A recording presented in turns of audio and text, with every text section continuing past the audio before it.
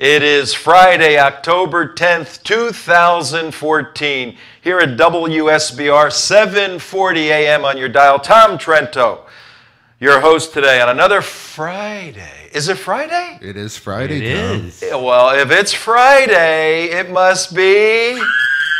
Science! Jumpin' Juma Freaky Friday! All right. I love this day. Could we roll our little...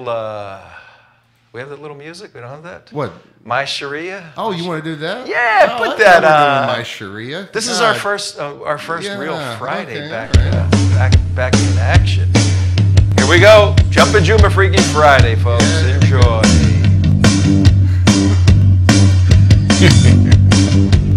My Sharia.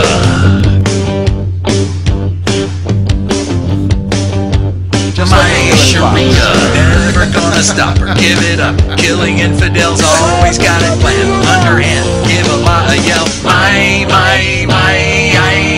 whoa! My Sharia. My Sharia. My Sharia. He's a little piece of history there. Mohammed Yeah, Morsi, yes. former president of Egypt for about 3 days as the Brotherhood took over there in It's almost a year. 2011-12. Man, has this world been changing. And here at the United West, we have brought you every single one of those developments. And interesting development today on our Jumpin' Juma Freaky Friday. We have Major Nidal Hassan. We do? The fort. We don't have him on the show. Oh, we don't? Oh. We have great guests. We have the expert Robert Spencer in a little bit, and we have Noor. Oh, Noor. We have live with us Noor, who a former Muslim who was involved with the Oklahoma City Mosque, Greater Oklahoma City. Home of Jah'keem Yisrael. Yeah, we have Jah'keem Noor with us live, and we have some very serious material we're going to get to. And very seriously, today, Major Nidal Hassan, the Fort Hood shooter, not terrorism, folks. This was workplace violence. The guy wrote a letter to the Pope of the Catholic Church, to Pope Francis, espousing jihad, explaining to Pope Francis what jihad is and why he is a jihad soldier of Allah.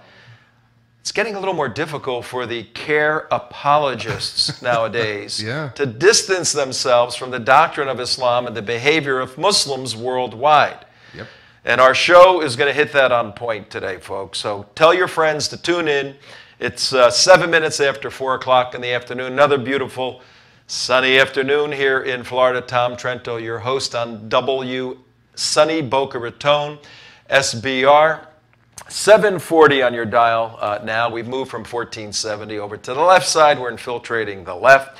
Found out yesterday, gentlemen, that you can, if you have DirecTV and it's hooked up to your internet, for all you folks out there that have DirecTV hooked up to your internet, 4 o'clock every day, you can watch our show on your 85-inch big screen televisions. Just go to Extras on DirecTV, over to YouTube, and look for our show, The United West, and you can watch it on big screen. I was actually watching it. And you don't have to only watch it at 4 if you get home late from work and Once the need show, a little edutainment. Once the show is up, it stays on for a day, Well, actually, on Roku, if you have your Roku device, it's even cooler. You can go right to the YouTube channel. From Roku. From Roku, and you can actually control your whole Roku player from your iPhone and from your laptop. So if you find the video that you want, or go to our channels, favorite our channels, and then you just go right there and watch the show live daily. It's really, really You know what's amazing is how good technology has gotten. The phones, like we were laughing yesterday, you could practically fly the space shuttle with the phone, but they don't work as phones anymore.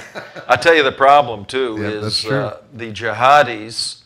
You know, the folks that truly believe and follow the doctrine of Islamic jihad are mastering the same technology. We were on September 9th up in Stoughton, Massachusetts at Rabbi Hausman's synagogue doing an Israeli security summit. We're going to have that done soon when our editor gets that done soon. Yes. But right around the corner, we went to Stoughton High School, where Abu Samra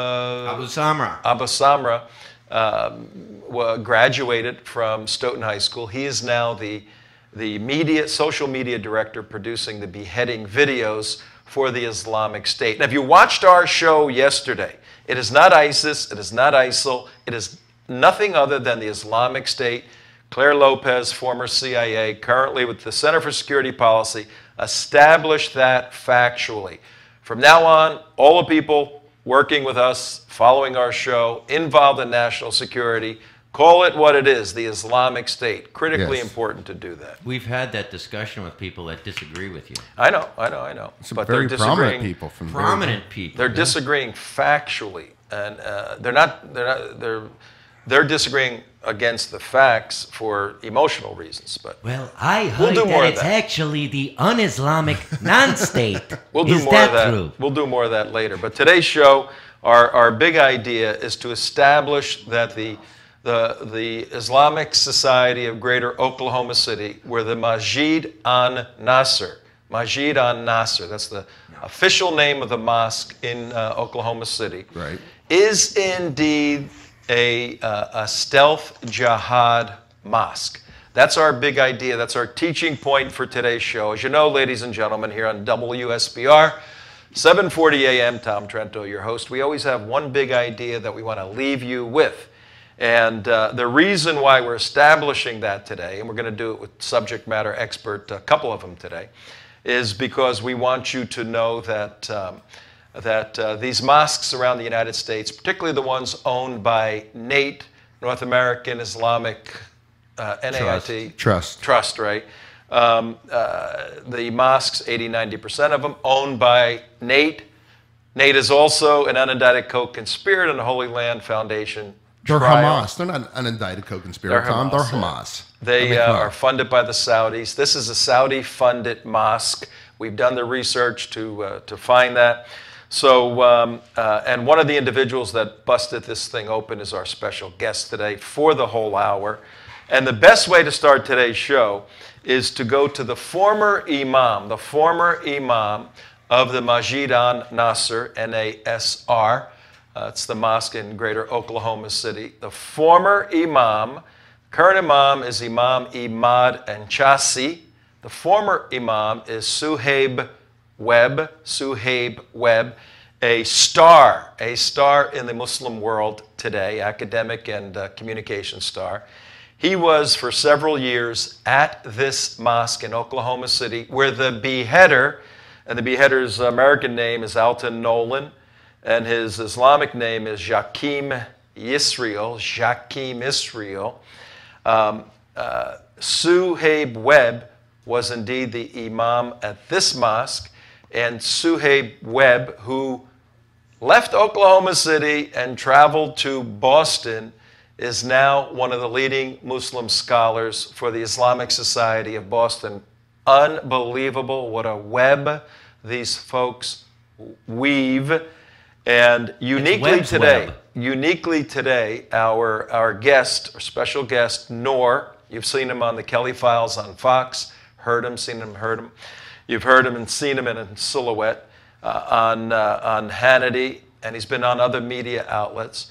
He was an associate of Suhaib Webb, and we're going to talk about that. But right now, we've got a short clip to give you a little bit of feel for the persona of this key individual in the stealth jihad movement in America, Suhaib Webb. Listen to this speech by him. It's about a minute and a half. May Allah help CAIR. This is an incredible institution. I love CAIR, man. It's one of the few invites I get where I'm like, yeah.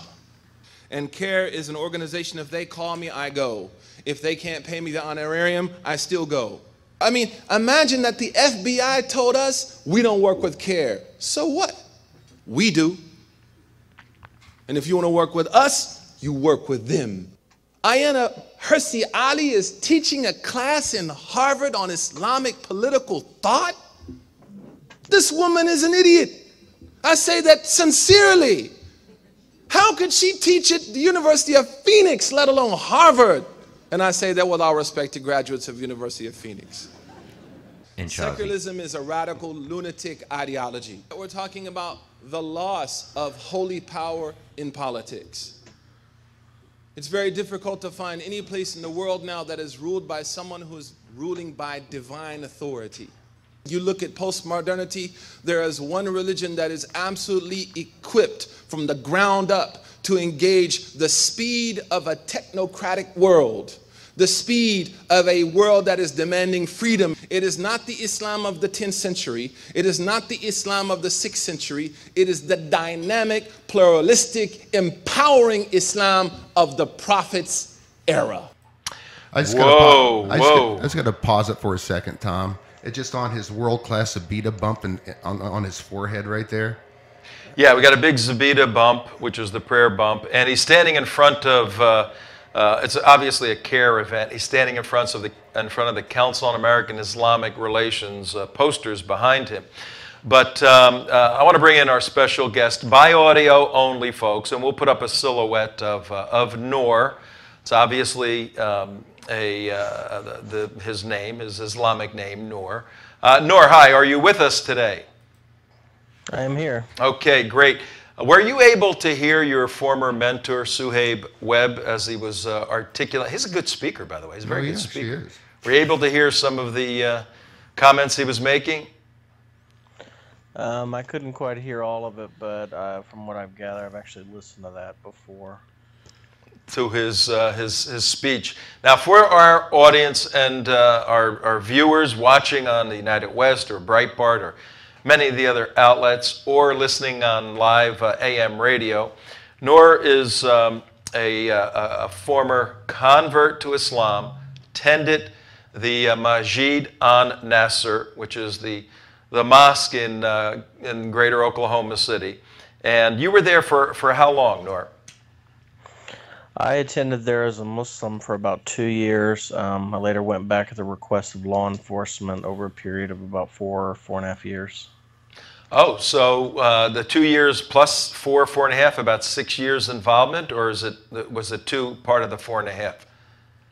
No, the total would have been around 6.5. Wow, so you know a thing or two about the Masjid An-Nasr, I would guess. Would that be true?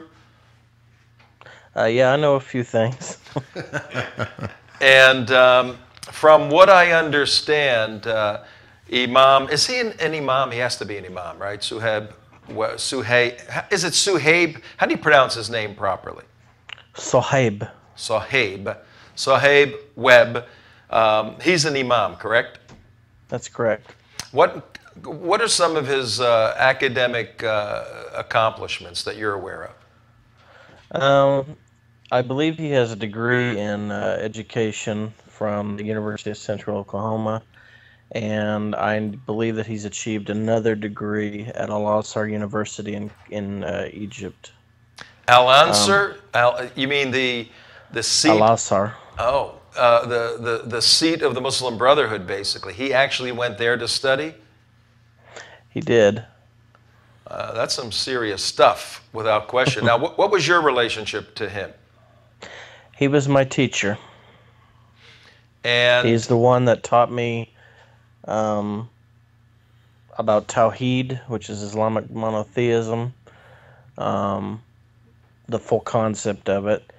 He's the one that taught me most of what I know of the Quran in Arabic that I still know to this day. And he taught me several other things, but mainly he was my teacher, and I used to go with him to Norman when he would go to his Quran lesson with his teacher, Sheikh Abu Mustafa at the Islamic Society of Norman, also called Masjid An-Noor. And he was my teacher for the time he was still there. I think he was my teacher for about 9 or 10 months before he left. Wow, so when you say teacher, help the audience, our listeners and viewers, understand that relationship. Are you sitting in a class with 200 or 300 others, or how was it the teaching experience constructed? No, his form of teaching was one-on-one. He had several students, but he always did one-on-one lessons because, sometimes people were in different stages of learning, and, it wasn't possible to do, a lesson that would, benefit everybody at once. So he would do my lessons one-on-one. So you spent a lot of time with Suhaib Webb and got to understand his view of Islam, and was that a good or bad experience? It was eye-opening. I can say that's the best way to put it. It was eye-opening. He is definitely the one that first opened me up to some of Islam's deeper teachings. I mean, not a whole lot because I was still pretty new, but he did teach me about the concept of jihad in Islam. And what did you learn from Mr. Webb about the concept of jihad in Islam? Sometime after the 9/11 attacks, I believe it was. I can't remember for sure. It's been so long. I believe it was around that time. I asked him about the concept of jihad in Islam, and he explained to me that according to Islamic practice, you must offer the non-believers the choice to convert, live under Islamic rule, and pay the jizya or poll tax, or you fight against them. That's basically the choice that all non-Muslims are eventually going to have to make. I want to bring in Robert Spencer at this point. We're gonna Skype him in, and I think you have been on other shows with Robert over the past couple of weeks, Noor. I've been on with him. I've only been on Sean Hannity's show. On a Hannity show. Yeah, we want to have both of you here to work through this concept of stealth jihad. I know for many people, this is a new idea. What is stealth jihad? Because America is waking up to the war-fighting jihad and the beheading jihad and all of that. But many of us in this business, national security business, have understood what the stealth component of jihad is, and the dean of stealth jihad education and articulation is none other than Robert Spencer, who's written a book on it, Stealth Jihad. So we're going to bring him in a minute here, and we're going to have both of you explain this to our audience. Yeah, Mark?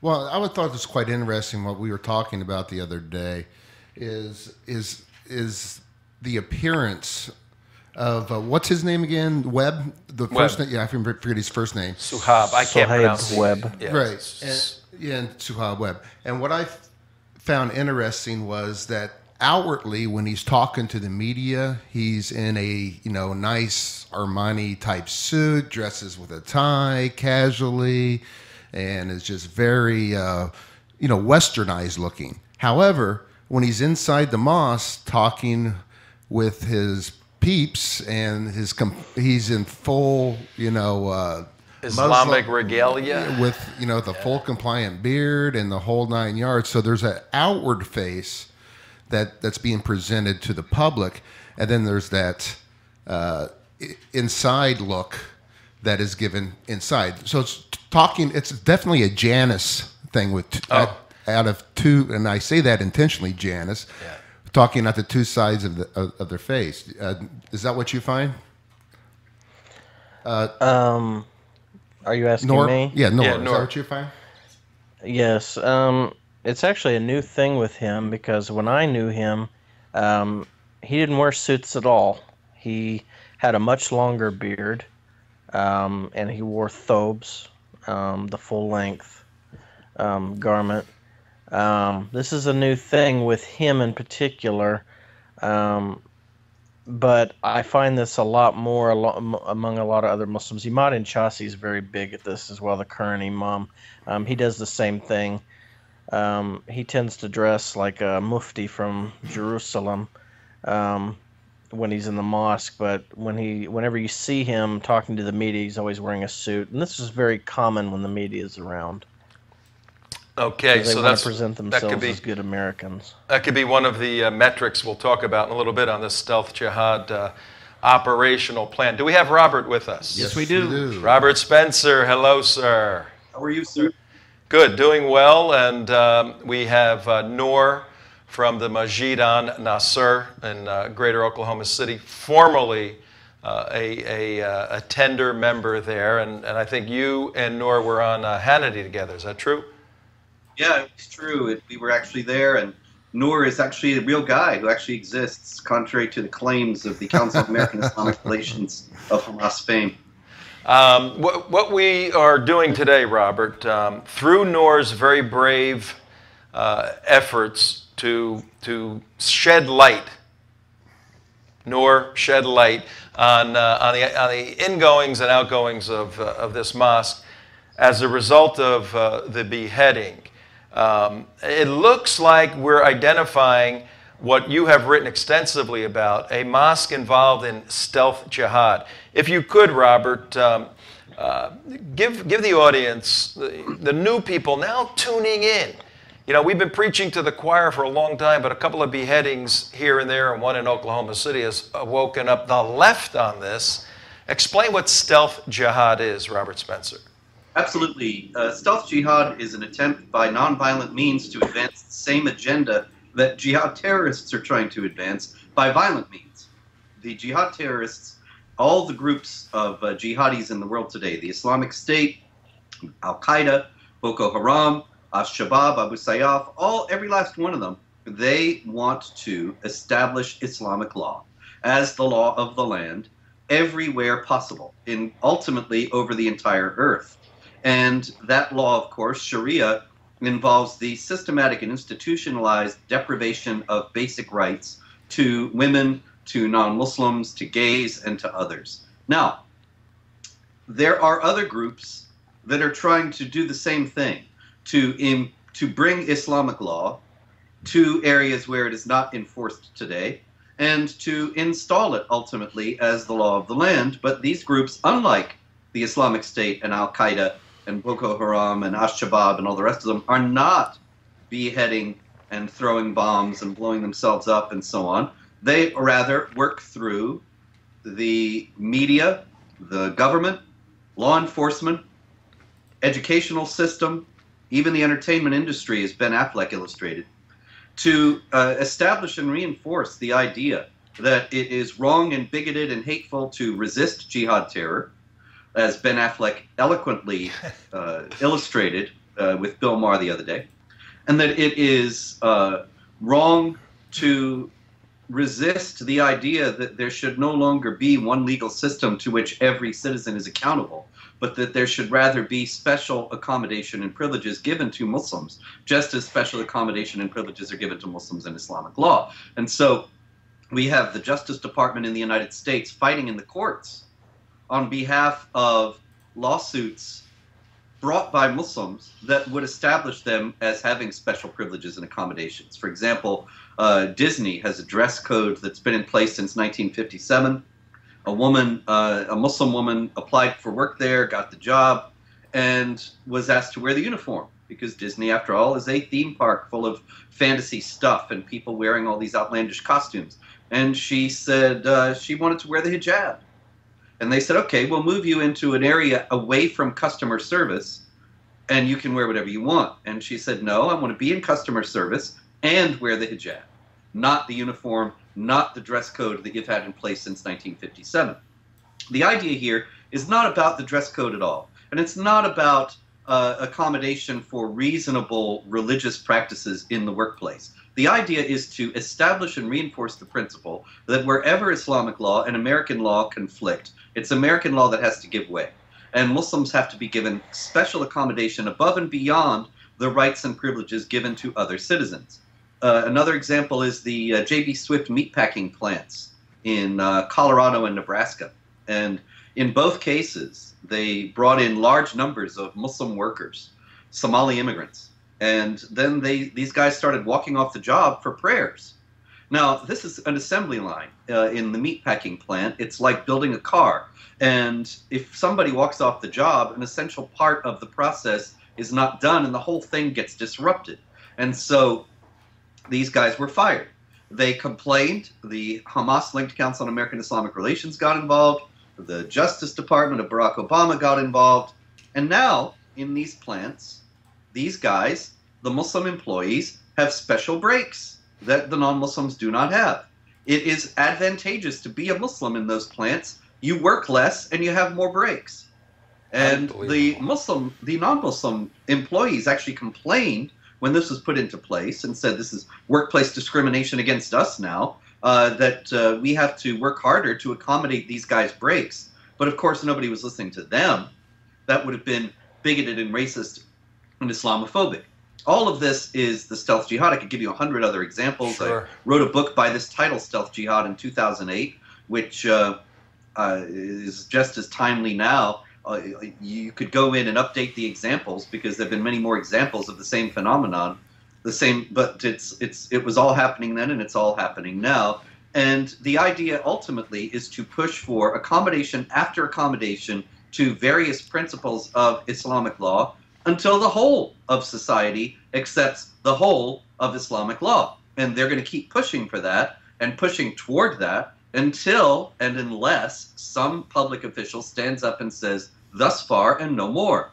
You've gotten this far in getting us to accommodate Sharia, but we're not going to become a Sharia state, and so you're not going to get this next accommodation of Sharia. Right. But no public official has the guts to do that at this point. No, and out of that situation, there are some states that are passing the ALAC, American Laws for American Courts, which are simply saying, we only want to be governed by American law here in our particular state. And after 3 tries, the state of Florida just passed that last year. And it didn't name Sharia specifically, but it certainly includes or excludes Sharia as any guiding jurisprudential principles. Oklahoma is one of the first cities to work on to work on that.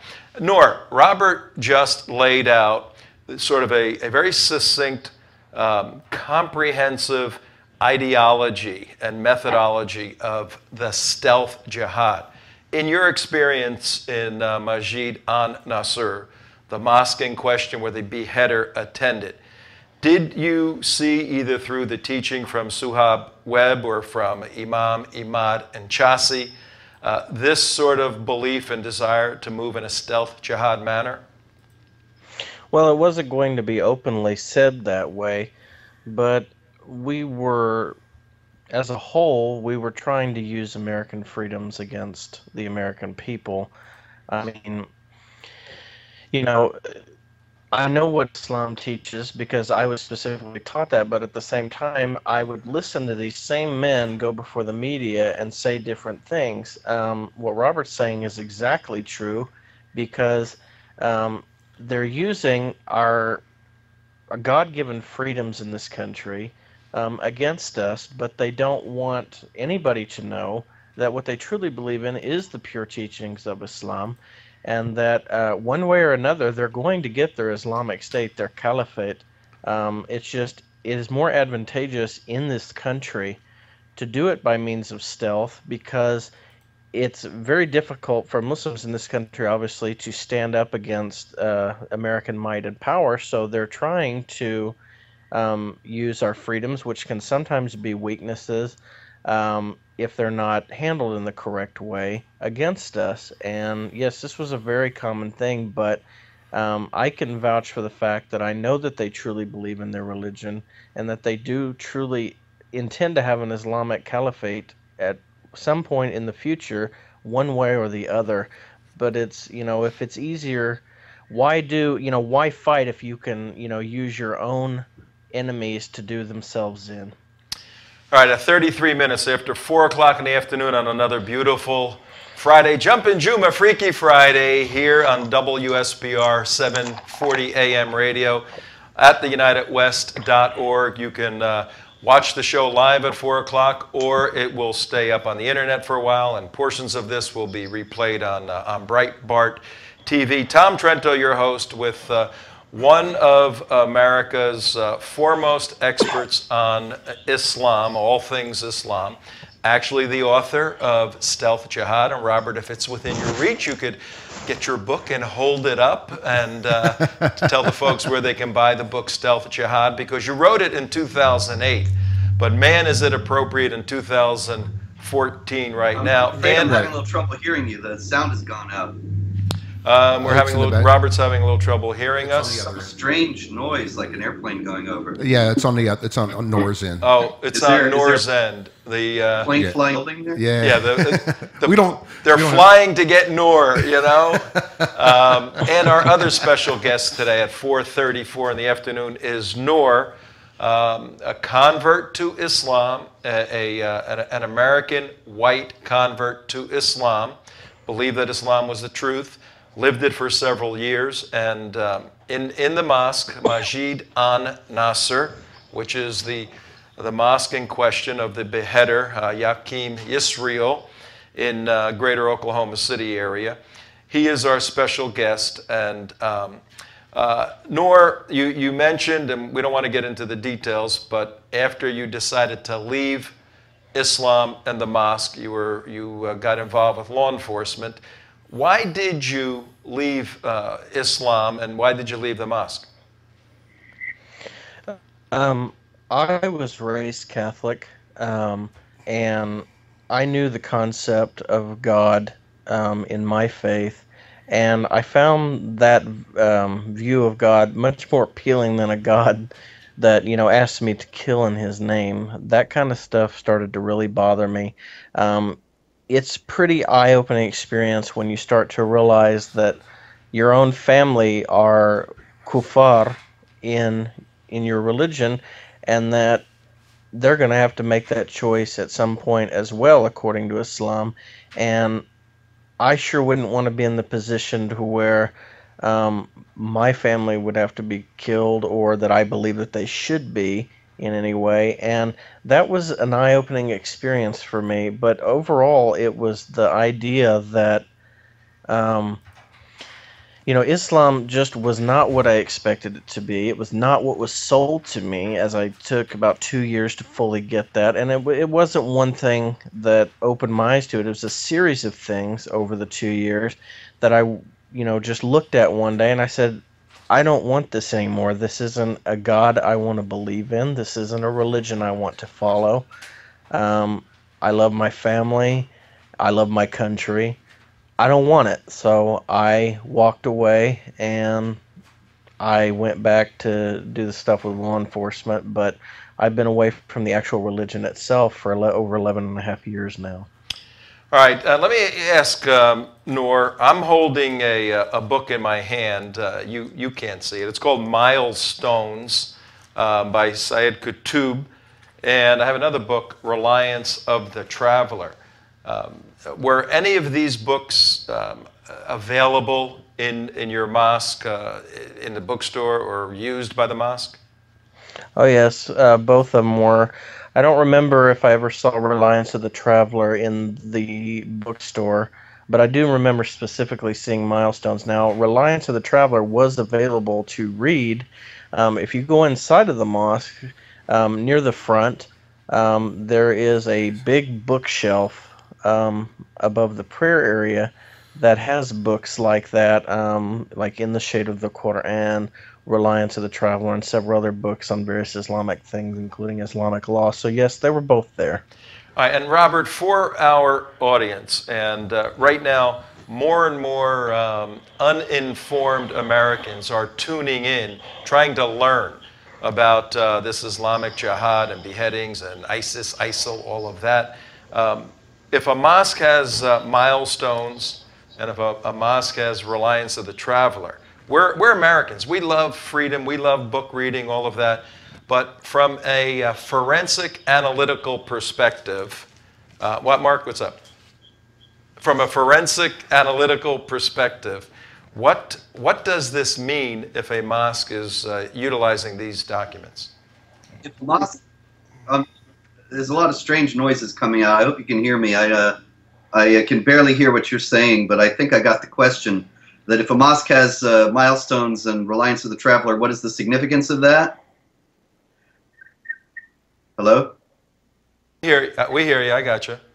Okay, I'm just going to keep going and hope for the best. Okay. Yeah, anyway, Milestones is a jihad manual. Milestones is a call for Muslims to wage war against essentially every non-Muslim government and every even Muslim government that does not follow Islamic law to the letter.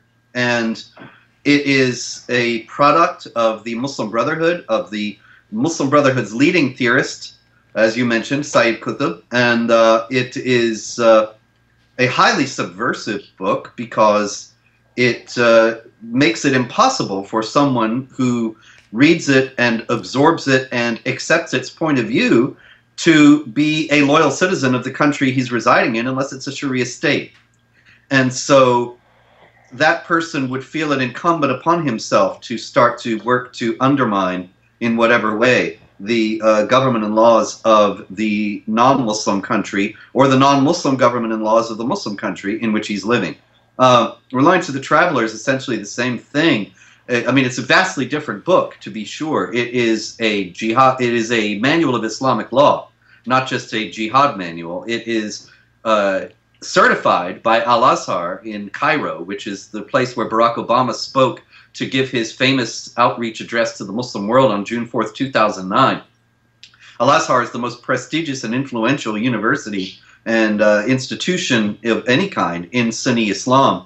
And it is certified by Al-Azhar as conforming to the practice and faith of the Orthodox Sunni community. So in other words, one of the foremost authorities in Sunni Islam is saying that Reliance of the Traveler is a reliable encapsulation of what Sunni Islam is. So, you know, people are endlessly arguing nowadays and saying the Islamic State has nothing to do with Islam, and what jihad terrorists do has nothing to do with Islam, and only racists and bigots and Islamophobes believe otherwise. Go to the source. Go to Reliance of the Traveler, which Al-Azhar will tell you is Sunni Islam. And you open it up, and it's all in there. It's a legal book, and it touches on a great many subjects. But if you read the whole thing, or you work the index carefully, you will see. It teaches jihad warfare. It teaches the subjugation of non-Muslims. It teaches the oppression of women. It teaches the death penalty for apostasy. It teaches the devaluing of non-Muslim lives by the reduced penalties for killing non-Muslims as opposed to killing Muslims. It contains everything that non-Muslim so-called Islamophobes say that Islam is problematic for, and that Islamic apologists in the West deny are actually part of Islam. So if a mosque has this book, it's saying that we believe in these things, and we are an Orthodox Sunni mosque, and that is something that is deeply problematic in terms of protection and defense of constitutional freedoms. All right, and at 43 minutes after 4 o'clock, WSBR 740, Tom Trento, your host, with Robert Spencer and Noor, a former attendee of the mosque where Jah'keem Yisrael beheaded Colleen Hufford on September 25th, 2014. Robert just explained and Noor validated the use of milestones and reliance in this mosque. We know by research it's a NATE mosque, North American Islamic Trust, owned by NATE, which is simply a front for Saudi money. NATE, North American Islamic Trust, is on the list of unindicted co-conspirators for funding Hamas. So this mosque, by not implication, by direct relationship, is a mosque that's being looked at as funding Hamas. We also know that Reliance of the Traveler is approved by Al-Azhar in Egypt, and Noor's mentor, Suhaib Webb, went to Al-Azhar, did a degree there. Then Noor, where is Suhaib Webb right now? What is he doing, your former mentor? As far as I know, he's the current imam of the Islamic Society of Boston Cultural Center in Roxbury. Unbelievable. He's up in Boston for the Islamic Society of Boston, where the Roxbury Mosque and the Cambridge Mosque had two brothers who tried to blow up people on the 15th of April last year. Unbelievable what's going on. Robert, how could Americans become alert and attuned to, and we know we only got you for about another minute or so, for stealth jihad? How can the average American identify a Muslim practicing stealth jihad? Well, I'll tell you, one thing you can look for is when Muslims are demanding special accommodation, like the cab controversy a few years back when the Minneapolis airport cabbies who were Muslim refused to carry passengers who were holding alcohol. This is not, it wasn't really about alcohol, it's about forcing the Minneapolis airport officials, as well as the people who use the airport, into obeying Islamic law. And when you see something like that, that's what the agenda is all about. When you see the Council on American Islamic Relations getting involved, that's almost invariably a sign that this is what is going on. Tom, in short, if you read the book Stealth Jihad, it's all laid out in there. Wow, excellent. And Robert, you have a daily blog, jihadwatch.org, jihadwatch.org. Everybody needs to go there.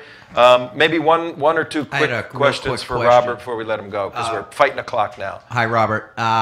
I wanted to ask you if you believe that when CAIR and any number of Islamic authorities came out with the big press conference and letter coming out against ISIS, do you believe that they're only coming out against ISIS because it throws a monkey wrench in the stealth jihad, but really agree with the goal that ISIS is trying to achieve of forming the caliphate, and it's really only the tactics that they have a problem with?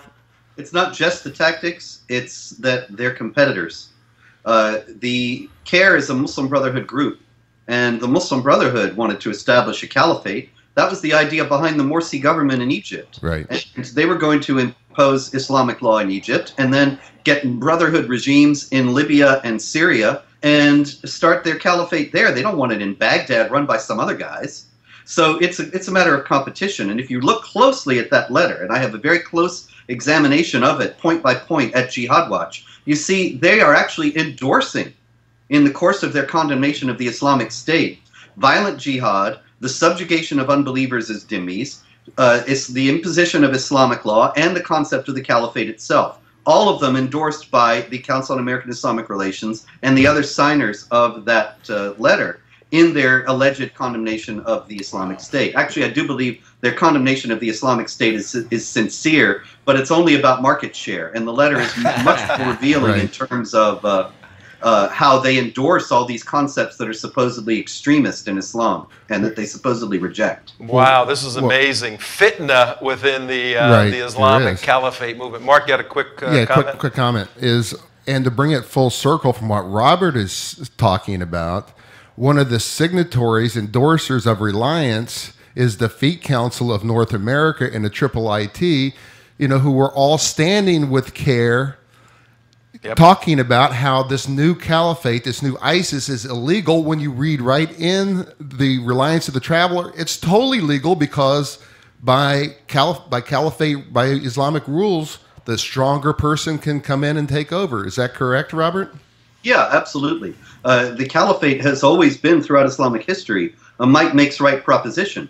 It's funny how you see these Muslim leaders nowadays and they're saying, oh no, this is not the caliphate, because the caliphate was always established by a consensus of the Muslims. That was never actually true, ever. Not even once, ever. Every last caliphate in the history of Islam was established by force. And it won acceptance by being able to sustain power over a large expanse of territory. If the Islamic State does that, I guarantee you will see many, many more Muslims pledging allegiance to it. Wow. Very important point just made at 48 minutes after 4 o'clock in the afternoon. Tom Trento, your host, WSBR 740 on the AM dial, theunitedwest.org.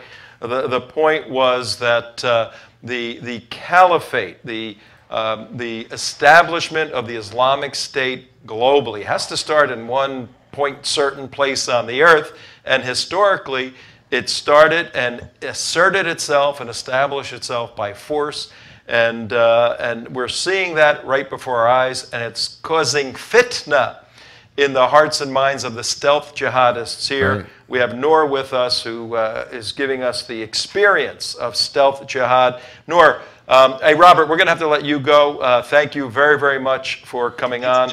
We'll check in with you next week to see what's going on in the world of Jihad Watch, okay? Okay. You take care, folks. Robert Spencer, jihadwatch.org. Great. Yeah. Noor, Fantastic. we're going to pick up another expert now, someone who has expertise on jihad, the concept and doctrine of Islam. Noor, did you see any involvement, relationship, association with the Masjid An-Nasr, the mosque in question, where the beheader Jah'keem Yisrael used to attend, where you used to attend? Any association with the organization CAIR, Council on American Islamic Relations? Oh, absolutely. They were there fairly often, usually raising money, looking for people to volunteer. Yeah, they had a presence at the mosque. I mean, they weren't there every week or anything like that. But I mean, as Imad Inchasi himself has made note of, that he has a very close involvement with CAIR, as does Suhaib Webb. As a matter of fact, the guy that's one of the men that are in charge of CAIR in Oklahoma right now is a former member of, or at least he probably still is a member, but I knew him when he was younger, was a member of that mosque, Adam Sultani. So, all right. So, folks, here's what we have. And this is very important. This is an investigative piece on this mosque in Oklahoma. And the beheading, as horrible as it is simply the first step to taking a deep look into this mosque.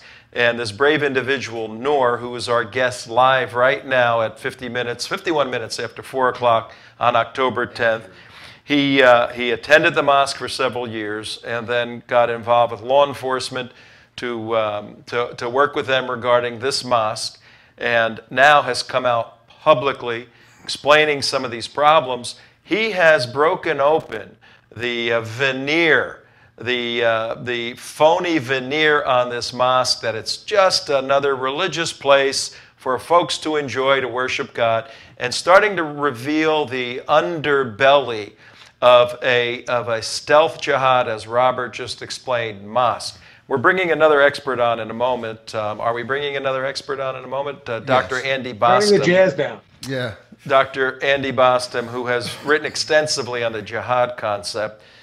He's written Legacy of Jihad, a 4,000-page book, something like that, 800 pages. Yeah, or a couple whatever it words, is. couple words here. And Do we have Dr. Bostom with us? Hi.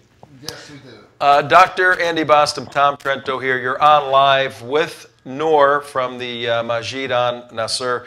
We just finished up with Robert Spencer, dear friend of yours, and as you told us, the guy who broke this story, right? Absolutely. Right. And Robert laid down, Noor gave us his experience.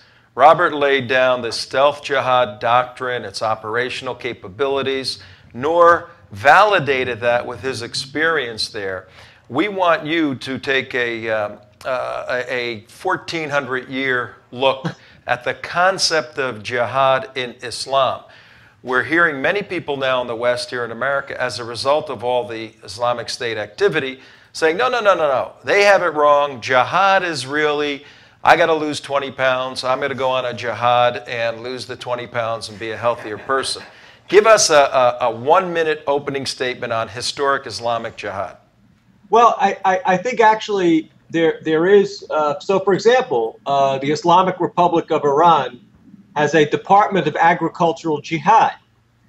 But you can see how far Islamic societies still have to go when you consider that, Iran is far better known, and deservedly so, for exporting jihad terrorism, what we would understand as violent, aggressive jihad, than they are for, exporting agricultural products. So, until that balance shifts in the favor of Iran being known, as a wheat exporter like the United States or Canada, I think they have a long way to go to convince anyone other than themselves about this concept. But in all seriousness, if you look at formal analyses of the core text. And I don't know if Robert spoke about this at all, but the Quran itself, for example, which is of course most important. A left-leaning academic, Dane, Tina Maggard, who since has basically been forced out of the academy, did a comparative analysis as part of her PhD work in linguistics at the Sorbonne.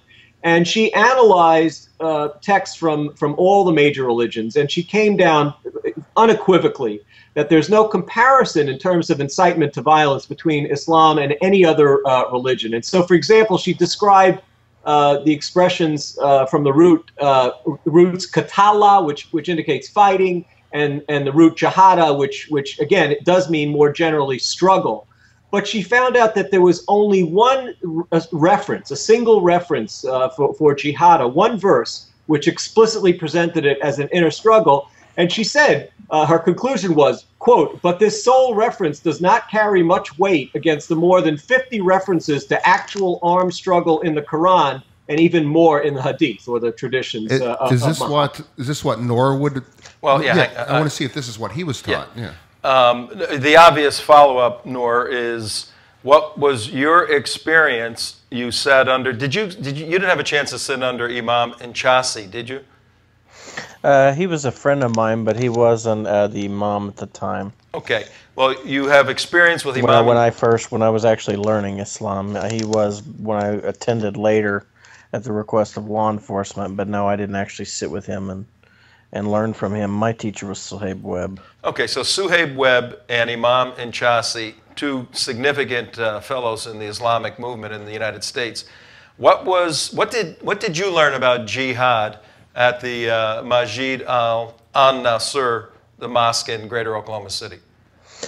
I did learn that there were two concepts of jihad. That jihad can be an inner struggle, but I also learned that there is jihad that's actual warfare, fighting, and like I said, that according to Islamic texts, like in Sahih Muslim, that the non-Muslims that are encountered by the Muslims are to be given the choice to convert, live under Islamic rule, or be fought against, which is jihad fi sabilillah, jihad for the sake of Allah. So, yes, there was a distinction there, but one was never emphasized above the other. Okay. Hey, Andy, you've been a guest on our show many times. We only have a couple of minutes left, 57 minutes after the hour.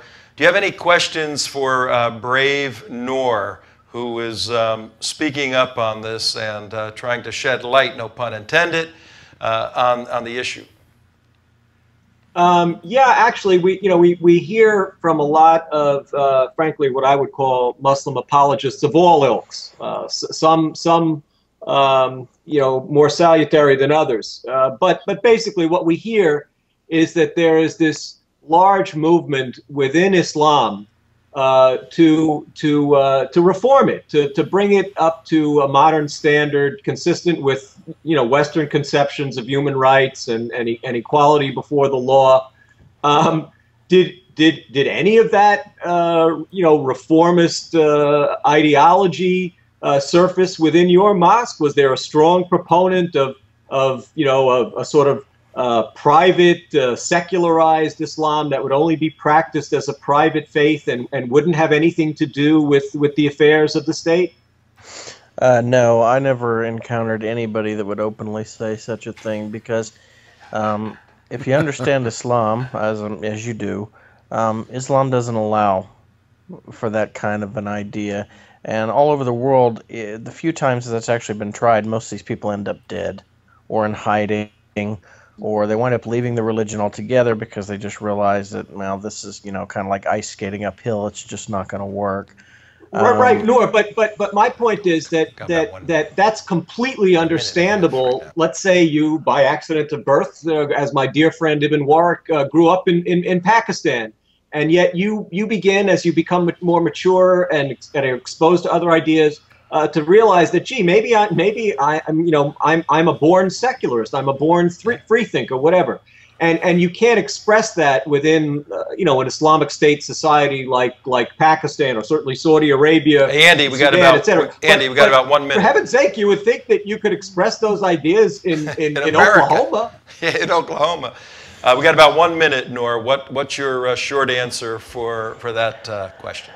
You can, if you want to, as I decided that I wanted to be more open-minded, but I had to leave the religion because I wasn't going to be welcome at the mosque if I made those views known. Right. To anybody else that would try to do that openly, you're going to be silenced. I mean, not necessarily violently in this country because they're usually not that stupid to be so brazen about it, but they will keep you quiet. I mean, the religion is clear what it teaches, and they're not going to tolerate anybody saying anything else. Otherwise, you're an idiot. You're a hypocrite. You're an apostate. I mean, there is no separation of church, or mosque and state in Islam. So the very concept of this idea that we have in this country, it just doesn't apply in Islamic law, and they're not going to cave on it. They're going to pretend like they do, but they're not going to give anybody a forum to offer any other alternative views. And on that note, Andy, we're out of time. Andy, we're out of time. We're out of time. Homosexual imam from Europe to come. Andy, we're completely out of time. Go ahead. Okay, we have to close the show. We're going to have to do part 2. Yeah, we have to do part 2. We're doing part 2 next week. Noor, can you come back next week for part 2? Yeah. Okay, we will do that. We'll pick this up next week. Tom Trento signing off for Noor, Dr. Andy Bostom, Robert Spencer. See you folks next week. Have a wonderful weekend.